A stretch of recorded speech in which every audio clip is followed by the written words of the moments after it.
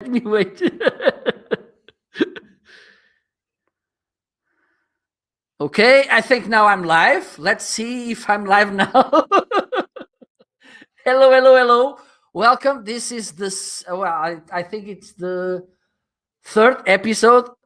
Okay, now I can go live on Amazon too. Let's wait. And so this is another show which is more focused on marketing things and talk about books and giving a different perspective. And I'm also willing to talk a little bit about gear, but not today. Today it's more about insights about selling. I think it's one of the most challenging things in the world. It's selling because it's frightening sometimes, or in the other hand, I think some people, they got bited by the selling bug in the childhood, and then they are very good on selling. So today we're going to talk about sell.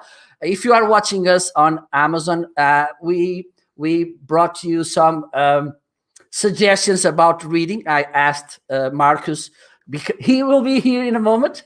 He's there waiting. He suggested me some books that you can take a look at them. I think they will be somehow they helped Marcus to become who he is now. So take a look, and let me see if this is working. Okay, that way. Don't forget to unmute, okay? Because I'm saying really good things, okay? And now let's bring Marcus to the show. Hello, hello. Hey, Marco. Hey, thank you so much for having me on. I'm excited to be here. Well, me too. And well, we have almost the same name, and there's this thing. True. I don't know if you know it, because here in Portugal, Marco, with just an O at the end, it's common, you know. But for instance, in Spain and Brazil, they usually use Marcos with OS. So people keep calling me Marcos, and I don't like it. That's I don't like that much. Hey, no problem. I'm not offended at all. I totally get that, right? It's no different when someone calls me a different name because it's not your name. I get that. Yeah, you know, Mark. Oh yeah, I totally get it. I totally get it. So, Marcus, before we start with our conversation, if you want, if you don't mind, introduce yourself, and then we can start the conversation. Yeah, absolutely. So I'm Marcus Chan, I'm a founder of Bentley Consulting Group. It's actually a firm I started over 18 months ago, in which I help business-to-business sales professionals sell and earn more without needing years of experience. So I feel pretty fortunate in the last 18 months. We've had a lot of success. We've been recognized in Forbes, MarketWatch, Yahoo Finance, LinkedIn actually recognized one of top voices also for 2020. And as of yesterday, Salesforce, if you know Salesforce, recognizing me also as one of the top 16 people to follow in the world for sales as well. So really excited to be here to talk more about sales. Before all this, I actually was in corporate America, doing a lot of cool things in corporate America for over 14 years, from selling, leading, having a lot of fun doing that as well, which I'm sure we'll dive more into. But I'm pumped to be here to dive into more sales talk. Well, we were talking before going live about some of our background, and we have this in common.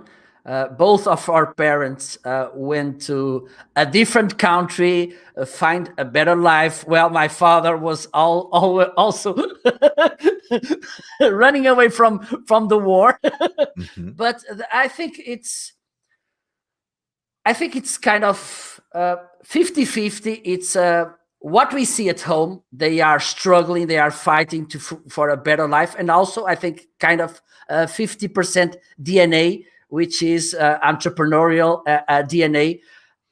How does this somehow influence you?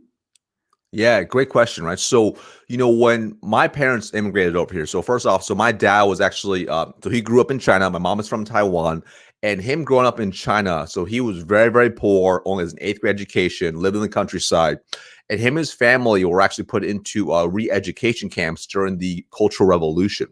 So he actually escaped because he did not want to be in that camp, right? Because they're basically brainwashing people. So he escaped, went through the mountains, eventually made his way to Hong Kong with nothing. They eventually came to America with absolutely nothing as well. So growing up, I got to see my parents, eventually I was born in the US. I got to see my parents grow up, with us. They started their own restaurant. We had nothing, and they worked their tails off. And they set goals. They struggled. We had a lot of failures. There was times we were about making money. There was times we were about, being evicted. There was times we worried about just living a life we want to live. But through the entire thing, I got to see some really incredible things from my parents. Just the core values they have of never giving up, perseverance, finding a way to survive, problem solving, working together, and just ultimately just not giving up. And that was really powerful for me to see, especially at a very young age, because I got to see what it was like before they're able to have a decent life, become, middle class, if you will. And I got to see them go from poverty to at least middle class. So for me, I got to see both sides. So for me growing up after that, once I started my career, started doing my own type of thing, for me, I want to make sure I put myself in a position where I never have to go back to where I started. I never have to go back to that small little house we lived in. Never have to go back to worrying about what to eat. Never have to worry about being homeless and not having money. And those type of values have really translated into my corporate life, because when I was in corporate America for 14 years, the showing the perseverance and not giving up was so vital, especially because the first role I had was business sales, direct selling, cold calling, knocking on doors, getting people to meet with me, to close them, sign contracts, and do all those things. And that was incredibly hard. So it required many of those core values early on that I learned to apply to that, which would help me eventually succeed in sales, to get promoted and have success from there. Perfect. And I have to because I was, as I said, I was taking a look at your profile, and again, we have something in common, because I'm I'm gonna share. It's Please. But it's true. It's true. When Please. I was around my teenage. I was a runner, and I mostly short 100 meters and everything. I was even though it doesn't show now, I was a fast guy. And we had kind of national championships, okay? And we went to there because I live in also I'm a countrysider. I live in the north of Portugal, and the championship usually were in Lisbon, which is in the half of the country, And then we went by bus. The whole people there, it was around 50 boys and girls. And my mother usually she put on my bag cookies and chocolate and everything. And after, I don't know, maybe 50 miles of the travel, I'm starting selling those things. And what usually happened is that for I was very young. I didn't have. She gave me money. Okay, take money for you if you want to buy something or to call me and whatever. And when I get back, I had more money than I had when I went there. I love it. So I think it's just to get to this point. We are born sellers, or we can build these skills. We can educate ourselves to become sellers. Yeah, which is interesting, right? And I think about this a lot. Where here's the thing, where I have a different opinion. Because here's the thing: selling ultimately is your ability to communicate with others. That's really what it breaks down to be able to communicate certain ideas, concepts, thoughts, and be able to influence someone to part ways with some sort of resource. That could be time, money, or other resources. Okay. Absolutely. And for me personally, I know I actually was not a quote born salesperson. I really wasn't. I was very introverted. I was actually really awkward. I actually didn't even start speaking like English until I was 4 years old. I actually had a speech impediment growing up. I had to go through speech therapy classes because I couldn't speak properly. So growing up, I was very timid, very scared, very insecure, lacked confidence. Over time, I was able to kind of work through it as well. But when I look at sales, I believe anybody can be fantastic at sales if you learn core concepts. And here's what I mean. Like when I look at sales, it's definitely a mixture of like science and art. It's a combination, okay? So it's kind of like, I look at like cooking is a great example. Cooking is a great example. If you follow a recipe, if you have all the right ingredients and you follow the instructions step by step, if you do exactly what it says, your chances of making a dish are pretty good. You have a pretty good chance to come out pretty decent. Absolutely. Now, if you have a little bit of natural skill or talent, right, like you did with selling, then if you have the same thing with cooking, then you might be able to make some tweaks and adjustments to make it even better, that dish. Now, if you take someone who's brand new in sales, they can follow the recipe. Okay, they can have a pretty good result, pretty good dish at the end. But if you add in, more coaching, direction, or experience, then they can start getting better results. And ultimately, it becomes more of an art form because it's not always exactly the same every time, especially in sales. And the more they do it, the better they're going to get, especially if they have the right roadmap to follow. So at the end of the day, I'm a firm believer, just like anything else, if you know how to learn and teach yourself how to learn, you can become great at anything, including sales, especially if you have the recipe and the right direction to follow. Absolutely. I truly think that, and I think sometimes because culture, because education, we think we are born this creative with entrepreneurial DNA, and I was not born with that. I can't become one. And it's like you said, you can educate yourself, you can train it, you can be trained, you can be mentored, and you can become someone who can sell. But you talk about something that for me is truly important, because most of the times we make this association selling like selling goods.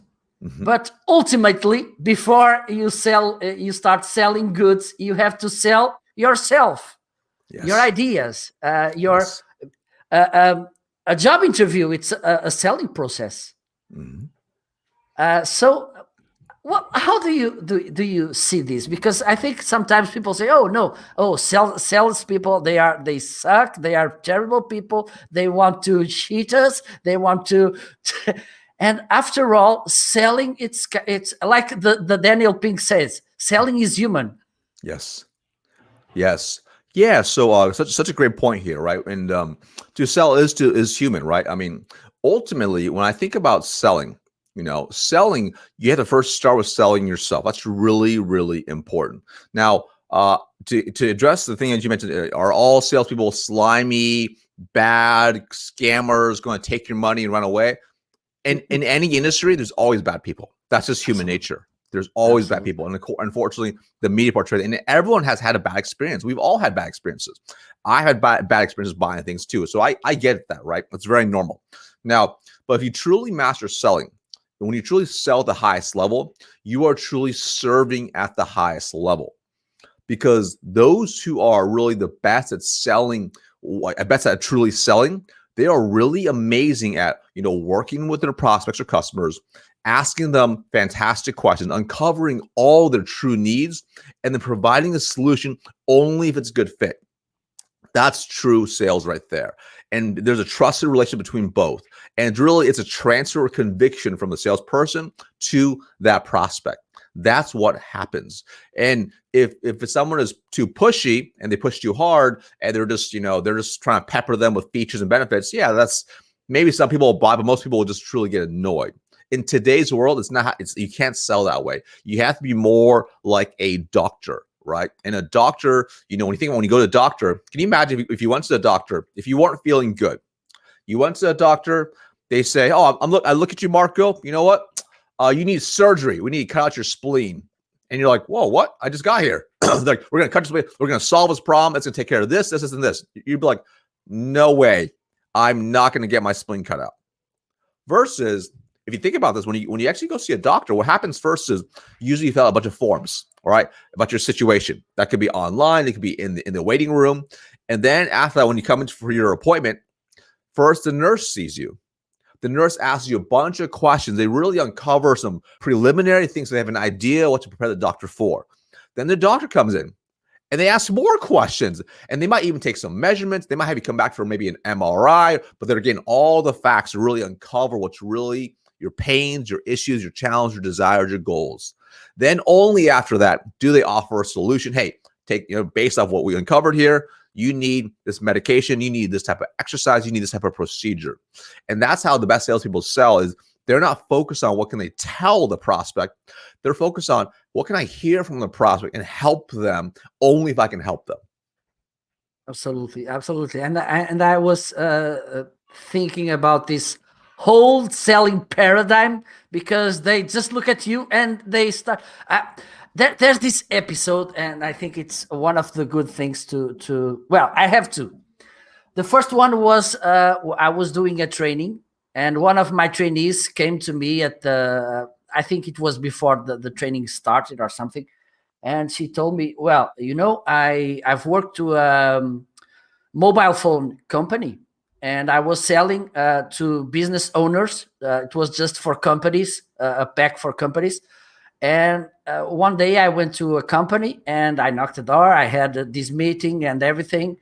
And at the end of the meeting, the owner asked me, "Oh, well, do you use this service on your phone?" "Yes, of course I do. It's my company." "So check if you have coverage of this company here." And then he looked at the phone and no coverage. And she said, "Oh my God, so sorry. Look," and she told me that she usually checked that before going to a meeting. So look the image she brought to him. And the second thing, it was someone who was trying to sell a Xerox. And look, this is amazing, and blah blah blah blah blah. That kind of sniper. And at the end, the owner said, "Look, we just make a couple of copies per day.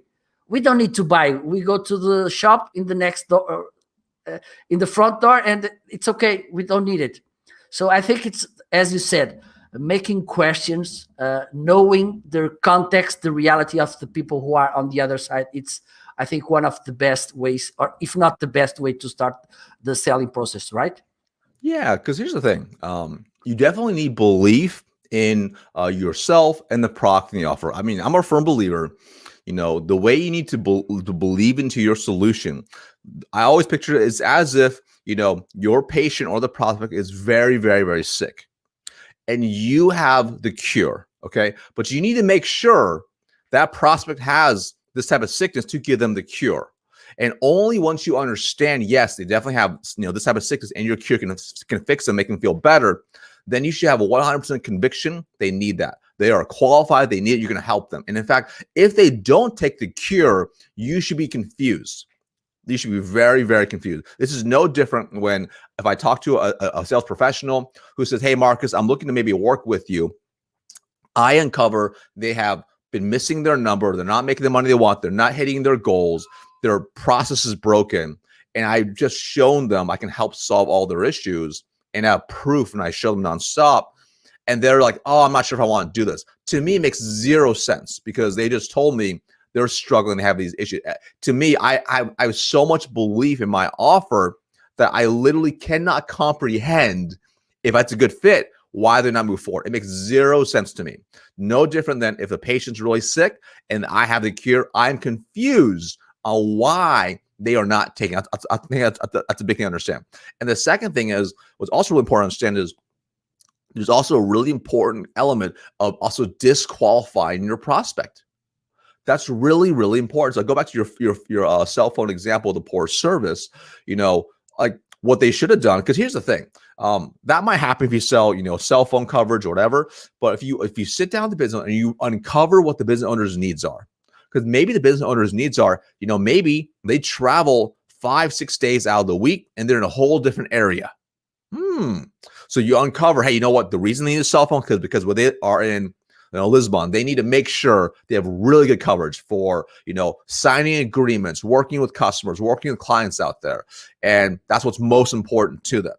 So if that's a good, that might be a better fit then, because then now when you present to the prospect, say, "Okay, cool. Hey, because, 80-90% of the time you're out here, it'll be perfect coverage. You completely cover here. This solution is going to take care of this and help you achieve X and Y and Z." Now, just to be fully transparent, when you are right here in this location, you will not have good coverage. Now you are very transparent, you're very honest, but you know you can still solve majority of that business owner's problem. That owner's going to trust you more, and now you've increased your chances of potentially closing that opportunity because you actually truly are solving the problem. Now, if you uncover they're always in that same location, they never go anywhere else, and they need to have service there, it's just not a good fit. You disqualify and you move on. Don't waste their time. Don't waste your own time, because there's no point trying to sell a cure to somebody who doesn't have the sickness.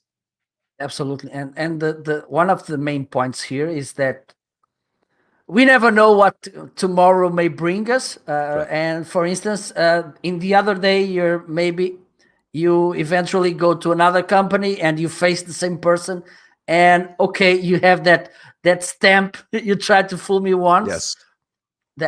It's also a very important thing when you're dealing with selling. And there's another situation, because let's put the conversation heading to the B2B context. And one of the important things, I think, it's the right balance between the technical side and the human side, because one, you need to know a lot about what you're selling, because usually the on B2B things in technical side, sometimes they are very, very exigent, they're things important, and also the human side, because again, we are dealing with people.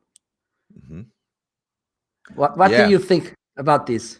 So it depends, right? Because depending on the company, because many companies now, especially if it's a highly technical sale, like maybe it's you're selling into information technology, and there's some really complex things that you may not be an expert in, but they may have sales engineers who can help you with that. Now, here's the thing. I'm a firm believer you should definitely have an understanding of your product, because you need to be able to believe in the product, believe in the offer, believe in the solution, believe in the service, whatever you are. So you must have a good understanding. You don't necessarily need to know inside out every single thing. That might give you confidence. But remember this, though, because the issue some people I see is, like, let's say, for example, if you sell a software, you sell SaaS, and there might be 150 different features and benefits that you want to show a prospect, but they may only truly care about 3 things. So if you spend the whole time presenting to them all these 150 things, they'll just get really annoyed. So this is why it's so critical as your sales process early on, when you're in the discovery and you're asking questions, you're uncovering the need, you're uncovering what's really most important to that specific person. And if there's multiple people, uncover what's important for each of them. When you are presenting your software or your complex offer, you only present the things that they say is most important to them and how you can help achieve them. Because whether it's 3 things or 10 things, all those things you show, you must show them the end result. That's all they care about. So the mistake I see some people make is they say, hey, listen, with this dashboard, you can have reports nonstop. You can have this report, or that report, or that report, or that report, or that report, or that report, or that report. And they're like, okay, that's cool. That doesn't mean much. Versus, hey, earlier you told me what's really important for your business is you want to know exactly, what is in the pipeline, so you can project properly for forecasting, so you can make sure you roll a good number up and hit your number. But then you can also make better decisions. Okay, cool.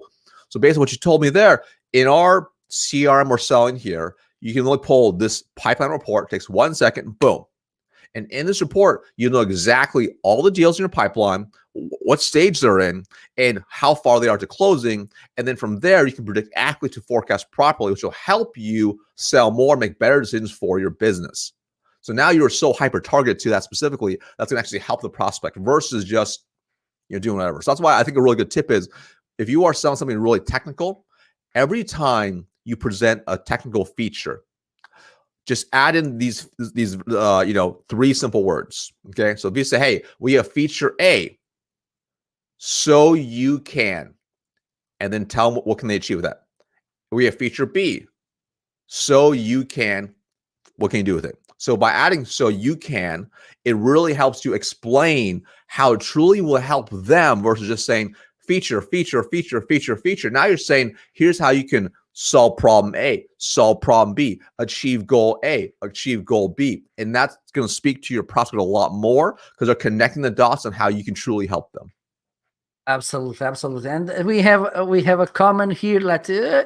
Okay, and Anna, hello, Anna. Mhm. She says, you sell yourself every day. Yes, it's That's right. true. Absolutely Absolutely. right. And let us know if you have any questions, please. Those who are watching on Amazon, on LinkedIn, on Facebook, on YouTube, whatever, bring questions to the screen because we want to talk about them. And also, you stress this importance of listen, and it's also about empathy, because when you make the right questions, you start understanding what features, what benefits they want from your product or service, and so you can make this bridge that you mentioned, right? Hmm. This is the importance, because and I think, again, you don't sell anything to anyone if they don't trust you, okay? Hmm. And by these days, people get to know easily how the things are, how things work, because we have Google, and sometimes it's the worst enemy of the sell people. It's Google, because usually, I don't know there, but usually here in Portugal, people say, oh, you know now it's a problem, because when a customer gets into our door, they know more than us. Yeah, which is very normal. Which is very normal. I mean, that's how it's been for the last decade or so, right? So, in today's world, prospects are more educated before they even talk to them than they need to be.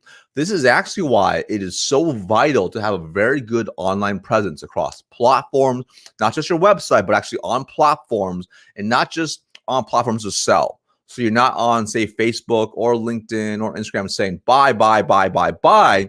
You are establishing credibility so they can know you, like you, and trust you. So they want to do business with you. So that way, when the timing is right, when they're reaching out, or when you reach out to them, they say, oh, you know what? I'm ready to move forward. Let's have a conversation. Because at that point, if you do a good job with your online presence, before you have a conversation, they already are ready to go.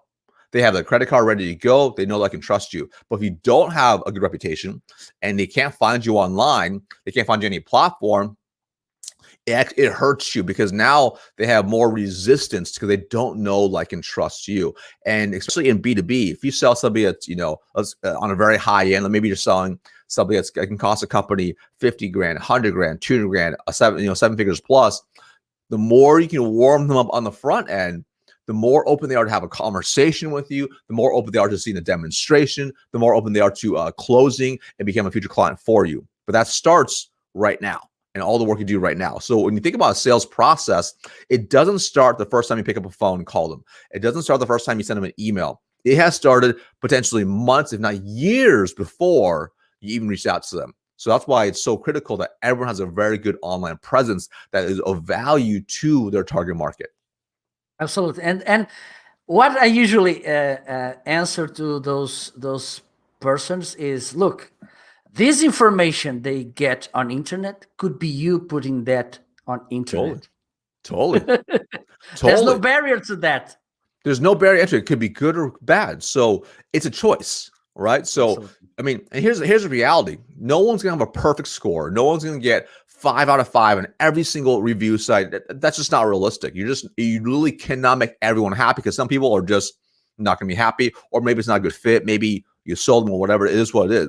But you can control providing a great experience for your customers. You can do a great job providing high value for people so they can make their own decisions. And because there's low barrier to entry, there's nothing holding back a sales professional, a business owner, by putting great value every day on social media platforms every single day. There's nothing holding them back except themselves. Absolutely, absolutely. And there's another important topic, and I think it was the kind of first job I had when I was finishing my grade, and it was about prospecting. Door by door, almost. Yep. It's Yeah. Oh yeah. Done yeah. that. It's war, my friend. It's war. And I was wondering, it was about 30 years ago, something. And I was kind of asking, won't I? There's no training. and they kind of, you will learn in the war, in the street. On the job training. Oh yeah. What do you think about this, Marcus? Because I think yes. And by these days, one of the things I see often is people get overtrained. It's kind of an addiction. I need train, and they didn't yet finish the training, and they are looking for more training. But also just practical thing could be not that useful. What don't you think that should be blended and mixed in the proper way? Yeah, 100%. So I'll share with you what I used to do, especially when I was working for a corporation and I was hiring reps. I mean, every year as a sales director, my sales force, I had over 100 plus employees, right? Every year I hired 20, 30 reps every single year. Now, here's the thing. What was interesting was even with like the corporate training manual that was given to us that we trained our reps on, it was like, hey, the first 7 to 8 weeks, they're not like, it's just like in the classroom. Maybe they're like hanging out with other top reps. They're kind of doing that, but they're not really doing their own work. Now, when I came to the company, I'm like, that's not a good plan, because that's 7 weeks of valuable time and foundational learning. They really need to learn true things that's going to help them. So I switched it up. So the way I did it was I would take the training. I would make it, well, first off, modern, because it wasn't modern enough. It wasn't like effective for what really worked in the real world. So I would adjust it so it actually really worked in the real world. So I would now teach it chunk by chunk. And what I mean by that is I'll teach a piece at a time so they can consume it and also practice it and execute. So for example, so door knocking, we did that as well. So, first off, the day one, I would indoctrinate the rep and teach them how to think, because that was really important, because if they didn't know how to think properly, then they would definitely walk into a lot of walls. So I would indoctrinate them in belief patterns, how to build confidence, how to be the best version of them. That was the first thing. Now, then I would do a training, let's just say on door prospecting. I would teach them, hey, why is it important? What do you do exactly and how to do it? I would demonstrate for them and show them. I would role play with them and make them role play with me 20, 30 times. So this way they get the repetition. Okay. So that piece, boom. Now they get that. It's good classroom training. Boom. Okay. Next day. All right, cool. I put them in the field. All right, go out there. I want you to go knock on 30 doors and do exactly what we just trained on today.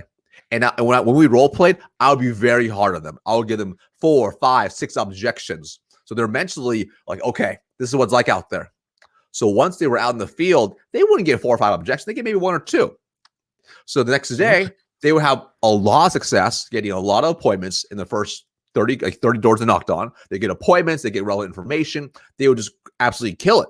They come back, they're excited, they're fired up. They shared with me any challenge they had. We'd role play that. Okay? Then I would teach them the next section. Maybe it's phone work. Same thing. Go through, train, role play with them. Boom, boom, boom, boom, boom.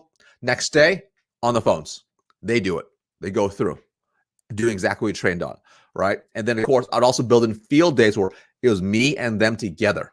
So me and them together on the phones. They dial, I dial. They dial, I dial. They dial, I dial. Real life on the phones. So we could hear exactly what's going on. In the field, same thing. They knock on a door, I knock on a door. So this way, again, they're getting a mixture now, a blended training of seeing classroom, role plays, physically doing it, actually doing it, burning in habits to in the field work, then on the job coaching, on the spot, boom. So I can coach them and tweak them. Because what happens is when you do it on the front end, you build really good habits. And when you build really good foundational habits, that will compound over time. Because here's the reality. Typically, when someone starts a new job, they'll work the hardest in the first 30 to 60 days. That's what happens. Honeymoon stage, right? So if you can capitalize on the honeymoon stage and get them to build habits and build mindsets and beliefs up front, that will lead to a higher chance of success down the road.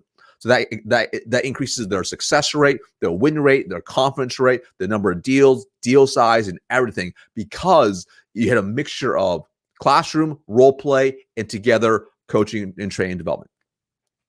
Absolutely, and for me, it makes so much sense.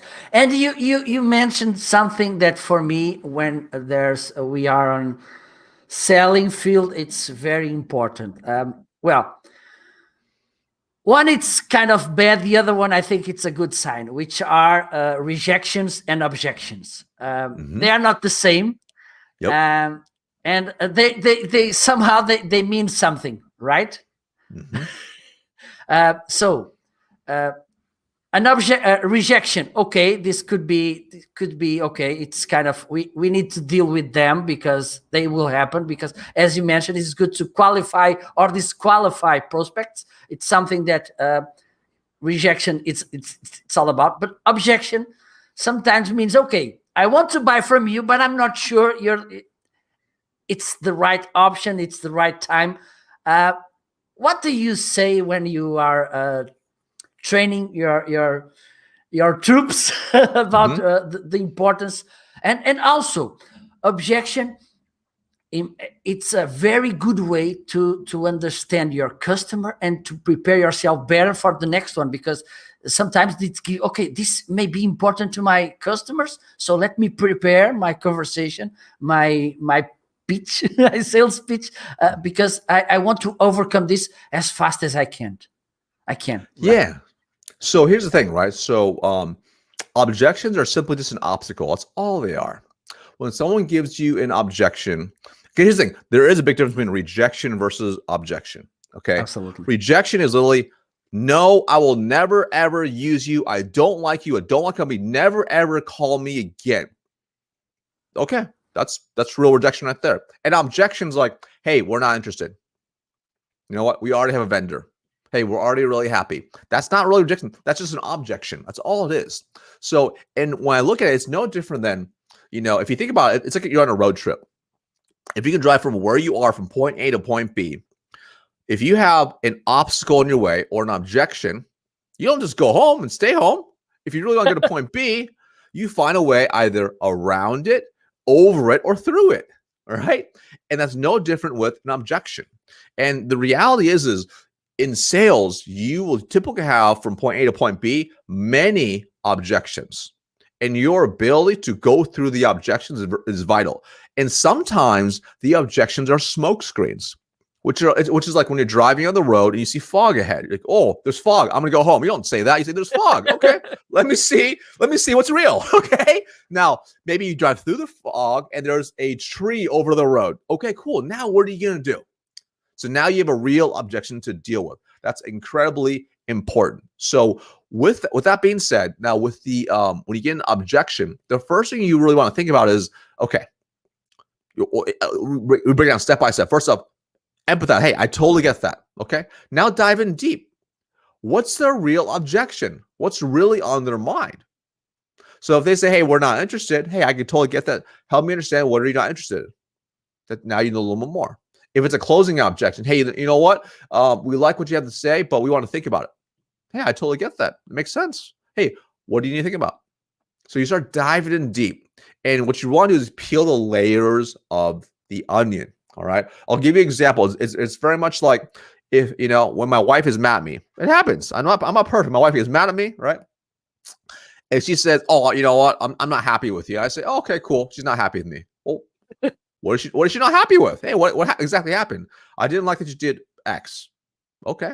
Is that what it really is? Dive deeper, right? Because sometimes it's nothing. Sometimes it's something real. So oftentimes it's like if I said, oh, okay, well, it's because I left I don't know, my jacket on the floor. Okay, well, that's what made you mad. Okay, tell me more. Why does that bother you so much? Help me understand a little more. Well, because it makes the house messy, but also on top of that, you also leave your socks on the floor. Okay. Well, tell me more. Okay, well, you also leave your shoes everywhere. Okay, and you track mud in the house. Okay, so the objection really isn't that the jacket's on the floor. That's not what she's mad about.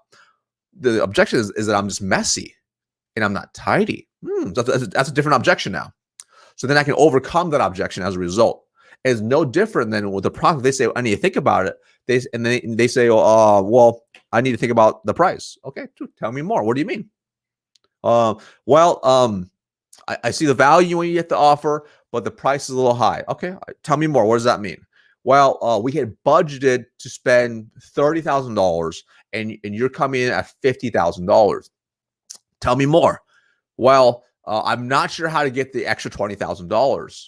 Okay, cool. So tell me what else does that mean? Well, we need everything you have, but I need to find a way to get the money. So now you no longer really have an objection. They do want your stuff, but now you got to figure out how to get the money, right? So that's what's really important when you start diving in deep, because you might realize it's something totally different that you're not thinking about, but you just don't know yet. And a lot of times, even with a prospect, they have objections in their mind that they are unclear with. So your job as a sales professional is to help them clear the objections. I picture it's just like when you're driving down the road again, and if your windshield's dirty, those are objections. Clean the windshield. Clean the windshield as much as you can, so then you can see what the objections are, and then you can overcome it. Okay.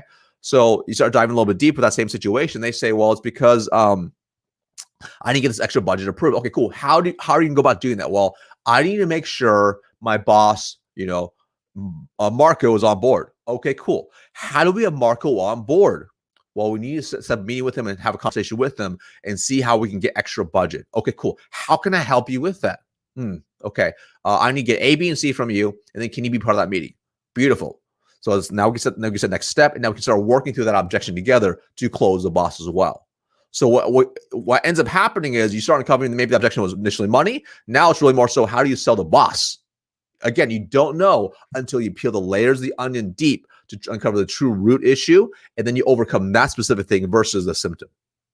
Absolutely. And this brings us to another important thing, which is find the right people in the company, the person you really need to sell, because I think it's kind of another struggle, Okay, you start by the person who answered the phone, and then she doesn't know really good who is the. Do you have any particular strategy to approach the right person in the most effective way? Yeah, 100%. So first off, it's really important to understand there's 4 types of buying influences, right? So Major Shadow, this is based off a book called Strategic Selling. A little bit old school, but it's a great book and concept. But what they talk about in there are 4 types of buying influences typically. And some companies can have, multiple people in the same roles, but there's 4 types, if you will. So first off, the most important, you have the economic buyer. This is a person that can say yes. They are the only person that can say yes. Like if everyone else says no, they can change and say yes. Okay. They control the funds. If everyone else says they want to use you, they can still say no. So they hold the ultimate power. That's the economic buyer. Okay. Then there's the technical buyer. They can't necessarily say yes to you, but they can say no. They may screen you. They may be the people that usually meet with you up front because it's easy to get appointments with them, but they still need to roll it up to the economic buyer. Now, this technical buyer, they love to tell you they can make decisions, but they usually can't. They usually can't. Okay. Then there is the coach or advisor. The coach is someone who wants you to win. They like your offer. They like you. They like your company. They trust you, and they want you to win. So they're helping you move the ball in the process. Maybe they're talking to the technical buyer. Maybe they're talking to the economic. They're helping you move. They're a huge fan of you. Okay. Then there's a user buyer. That's a person that's probably using your product, offer, or service. They're using it. They can have an influence as well, but they can't pull the trigger, but they can still help you with moving the ball. Okay. And there's 4 types. So when you are prospecting from the very get-go, the mistake many make is they meet with a technical buyer first, the user buyer, or the coach. That's what they meet with, which they can help you with the process. But if you can't get to the economic buyer, your deals will get stalled, or they'll get lengthened out for a very long time because they need that, because these 3 then have to sell to the top person. Okay. So what you want to do is it starts from the very get-go. Like you sell who you see. Okay. So whoever you target is who you're going to sell. And sometimes the mistakes that people make is they say, okay, if I go to the very top, they're so displaced that, they're not going to know what we're talking about. That's okay. Because if you go to the top and when you're calling on the top person and they push you down, it's a much easier conversation. Like if Marco is a CEO, I call Marco and Marco says, hey, that's not my wheelhouse. I have people that do it for me. You need to talk to my VP of engineering. It's very easy to call a VP of engineering and say, hey, listen, VP of engineering, I just spoke with Marco. He told me to get together with you to discuss X, Y, and Z. That's a pretty easy appointment now. Right. So that's why it's key to always go for the economic buyer. So when you are prospecting, that means your initial outbound from whether it's LinkedIn, the connection, the direct message, the phone call, the email, the interaction, you should be targeting the economic buyer. That's really key. Target them first and then work your way down. So when you're making that call to that gatekeeper and they answer, You want to go for the economic buyer. Don't go for anybody else. Okay. Don't go for anybody else. They may try to drive you here, but go for the economic buyer. When you do that, increase your chances. Now, obviously, not every single time it's going to work that perfectly, right? And you might still end up being here, but at least now you know. So if you end up meeting with, say, the technical buyer, make sure you uncover who else is involved in the process. And then once you do that, then you can help navigate, control the process to get everyone involved together into a singular meeting or multiple meetings to move the ball down, move the ball down the field to actually close them. Perfect. Well, we have some new followers. Hello, Russell. Thank you so much. And Sipui West, thank you so much. Hope you're enjoying. If you have any questions, please drop them so we can answer. And there's another. I think we sometimes in selling, this is also a missed opportunity, which are referrals. How many people lost selling because they don't look? I know that you maybe you know someone like you who may be interested in our products.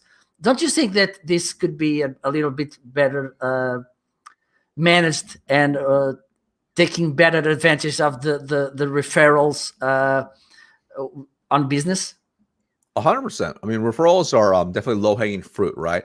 In fact, I got a message today from someone I bought from recently. They asked me for referrals today, right? Which I thought was great. I'm like, awesome, fantastic, right? That's exactly what we should do. Now, referrals are low-hanging fruit, and I'm also a firm believer. You should ask for referrals every single time, whether you close them or not. Just ask for referrals, right? And not in like a sleazy way. So for example, let's say you meet the prospect, you have a great meeting with them, okay? You don't close, you're setting up next steps, right? Don't be afraid to ask for referrals even on the spot. Some people don't like this, but think about this. If you did a good job providing value even that first meeting, they probably know people that could see value in this as well. It doesn't hurt to ask. You just say, it might sound simple like, hey, Marco, I'll tell you what, it's been an absolute pleasure meeting with you today. I'm looking forward to our meeting we have next week on Thursday at 8 a.m., which we'll review A, B, and C. Now, what I love about meeting someone like you is, obviously you're very savvy. You've been very successful running your engineering business. Who do you know who's also in the engineering field that might see some value, like I showed you today? That's it. Just wait. See who they know. Non-threatening, very soft. And they might say, oh, I know this. Or they might say, oh, I can't think of anybody. Okay. Give them a little bit of direction now. Hey, I totally get that. Like, I see you told me you went to a lot of conferences. Are there any friends or colleagues at conferences that you met that potentially could see some value like I showed you today? So now you give them some specific direction, okay? And when you get really granular, like that's very, very powerful. Now, sometimes what you see as well is if you meet them face to face, like in like a face-to-face setting, they might have their in their office, maybe like one of those cork boards with business cards on there. You see it all the time, right? Hey, how about some of your vendors right behind you? Who do you know on your vendor board back there that might see some value I showed you today? So you just ask a couple times from there, soft, non-threatening. You get a couple, boom, and you move on, right? And that's very powerful in generating future business for you as a result. Very good. Well, we have some comment from Russell. Thank you so much. It's always easier to get kicked down the stairs than to get kicked upstairs. True. Absolutely true. Absolutely true. Way easier to run downhill than uphill. Absolutely. And we have also Arnaldo saying, excellent content. Thank you so much, Arnaldo. He's from Brazil. Awesome. Perfect. And also a thing which is this, we have these three approaches, which are cross-selling, upselling, and downselling. And I think, again, we are missing this because sometimes we cannot make the big sell, but maybe if we can make an upsell so they can at least try it, and then keep this lifetime, the lifetime value, because I think it's not being that good. Giving that following up, because we know how hard it is to get the first, bring the customer to the company, and I think sometimes we miss the following steps properly to keep the selling to them, to bringing value. Which advices would you give about this, Marcus? Yeah, great question, right? So I mean, there's many different ways to approach it, right? And a lot of times it depends on how the company structure is. Because, for some companies, they have it set up where a sales professional, once they bring in, say, a new customer or a new client, they get the opportunity to hold on to that book of business and grow that account, which is really awesome. And we'll talk about strategy for that. If you have someone that's maybe they bring in the new business, but then they hand off to maybe an account manager, there's different processes for that. Or if there's nobody, right, then you need to have a system in place as well. So you need to have a process in place for every single situation, depending on what you're doing. So the most common is probably, probably the person brings it in and maybe holds onto the account and grows them. So if you're a sales professional, what I really recommend, realistically, you probably should have some sort of CRM system, a customer relationship management system for managing your prospects and your customers. So depending on how you're compensating, how things work, after you close an account down, you should have systems in place or a process for you to follow to stay in contact. So I'll give you a really good example. So before, when I was in corporate America, when I was in an individual seller role, I had 13 weeks to continue to sell inside account. Most reps would just kind of forget until they're like, oh, you know what? I should call back in that list before my 13 weeks are up. Well, that's not very proactive. So I was very, very intentional. And the way I was very simple. So after I closed the opportunity down, right, and after they were onboarded, I made sure I was there for the onboarding of them. After they were onboarded, I would intentionally set up another meeting 2 weeks from there on the spot. So this allowed me an opportunity to, number one, touch base, but also go back and re-upsell again. Okay. So depending on how that meeting went, let's just say I don't sell anything even that second meeting, no problem at all. Then I have it in my CRM to follow up with them, say 3 weeks later. So there's a system in place where when it shows up, like, oh, cool, now it's time to call them. So that way is ongoing until my 13 weeks are up. If you have a longer time frame, if you own it for life, you should have a setup where in your CRM, it's populated as a task to follow up with them, whether it's every month, every quarter, so you can make sure you are touching base. But when you are reaching out, make sure you are providing value for them. So don't just like, hey, just see how everything's going. Provide them some value. So, for example, maybe it's a quarter out, you follow up. Maybe you can go meet with them face to face, and also provide them some, maybe a customer service survey, or maybe you want to provide them some new feature updates and give them better service, or maybe you have some content that your company created be of high value for them. So this way, you have a reason to come by, have a conversation, and provide them value. That's absolutely vital. But when you do that consistently, you'll see you'll have upsells happen automatically because of that, because you're also top of mind as well. Now, if you are a company, maybe you don't have, maybe the person just sells and that's all they do. It's kind of just in no man, it floats out there. Have a system in place to nurture your prospects. Okay, that could be anything from, maybe you have a monthly newsletter, right? Or you provide high value, tips for whatever industry you're in. Let's say if they're in HR, maybe it's eight hot tips for HR managers. So every month you have tips that will be high value for them every single month. So you are top of mind. And of course, in those emails, you could have a very soft call to action with other upgrades as well that people can just upgrade to. So you can have different things in place just like that. Now, if you are a sales professional that closes it, then you hand it off to an account manager, then you should have a transition between the closing of the account to the new account manager. So that way it's very seamless. So it's really key for the customer experience. They feel really good. But then this person then can step into the meeting maybe a month down the road to circle back around again to double check everything, make sure they're good, and have upsell. And again, manage it through the CRM system. The point being, whichever situation you are in, have a process in place that ensures you are providing value, you are nurturing your current customers. So this way, when timing is right, you can upsell them and provide new offers going to give them a better customer experience. Absolutely. We have another comment here. I always ask for referrals. It has really helped grow our customers base. Thanks for solidifying this path. Thank you so much.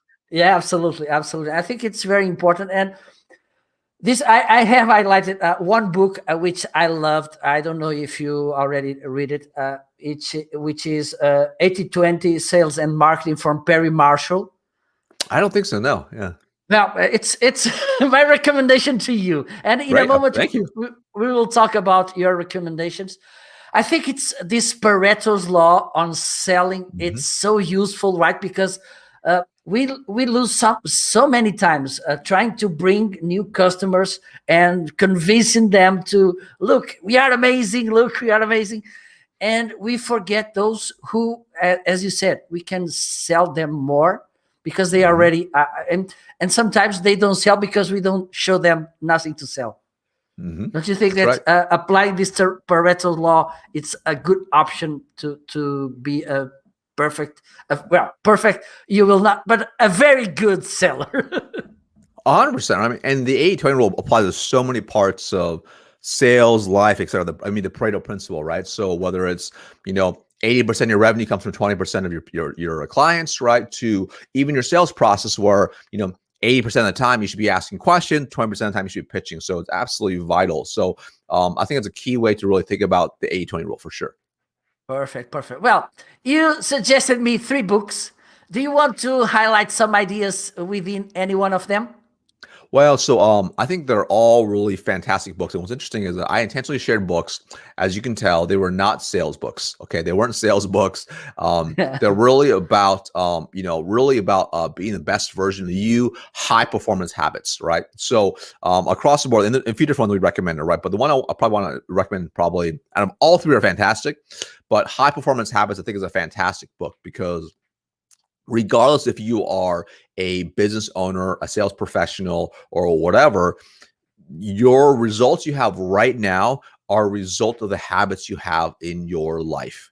Okay. So if you want to become a better version of yourself in, say, 1 year, 3 years, 5 years, 10 years, then you need to create better habits. And in that book by Brendan Burchard, he talks about 5 core habits. So when you can build a high performing habits like his, then you can become the best version of you. And I found that me personally, I saw a lot of value in that because when you are the best version of you, then you are a better, husband, mother, father, whatever, sister, brother, sales professional, business owner, entrepreneur, author. You become the best version of you by being able to show up every single day. And that book applies to so many things of becoming a peak performer across any field in any industry. Perfect, perfect. Well, I think one good habit is training. Yes, absolutely. Do you want to talk a little bit about your webinar? So I will show Yeah. it on the screen so people can. Let me just before that put it on comments so people can. Well, you can talk a little Awesome. bit about Cool. this Perfect. Yeah. webinar. So yeah, it's completely free first off, which is it's pretty awesome. But I get a lot of questions pretty often. Say, hey Marcus, like how did you have so much success selling in corporate America? How did you win all these awards? How did you train so many people, have success? And I broke it down into a very simple training, which is called how to sell more, earn more without needing years of experience. So inside there, I break down, the steps to be a top performing sales professional, some key methodologies that I have learned throughout time that really helped me just excel in selling anything. Right. And at this point now, I've literally trained thousands of sales professionals across dozens of industries. And this will work across the board. So it's completely free training. Definitely check it out. I teach. It's very robust. So it's over an hour long. So when you are watching it, watch it in a place where you have no distractions. Really dive in deep, and this way you can really understand the content and then be able to execute after to get results. But it's pretty awesome. It actually got me featured in Yahoo Finance and Market Watch. So it's a pretty good webinar if I don't mind saying myself. Perfect, perfect. Thank you so much. Just now, I will ask. Besides this this webinar, where can people find you, Marcus?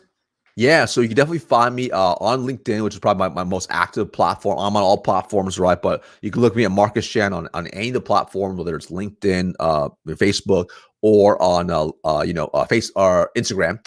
But my website as well. It's very easy to find. It's just sixfiguresalesacademy.com, sixfiguresalesacademy.com. If you head over there, you'll see there's more resources over there as well. A lot of cool things can help you out to help you sell and earn more as well. Well, thank you so much, Marcos. It was an amazing conversation. As I said, I'm waiting for your book. It's coming this year. Then you will be back here, hopefully. Thank you so much. Sounds great. Thanks for all of you who were watching us on Amazon, on LinkedIn, on Facebook, on Twitter, on YouTube, or Twitch. Thank you so much. For those of you who are watching on Amazon, don't forget to follow, okay? So you can be notified next time I will be online. Next Thursday, I will be back to talk about another book author. So stay tuned because it will be an amazing conversation. Wish you all, okay, I think I can say a great weekend because I like to look to the future. Look ahead, always ahead. I love it. Okay, perfect. So wish you all a good day, and we will see really soon. Bye bye.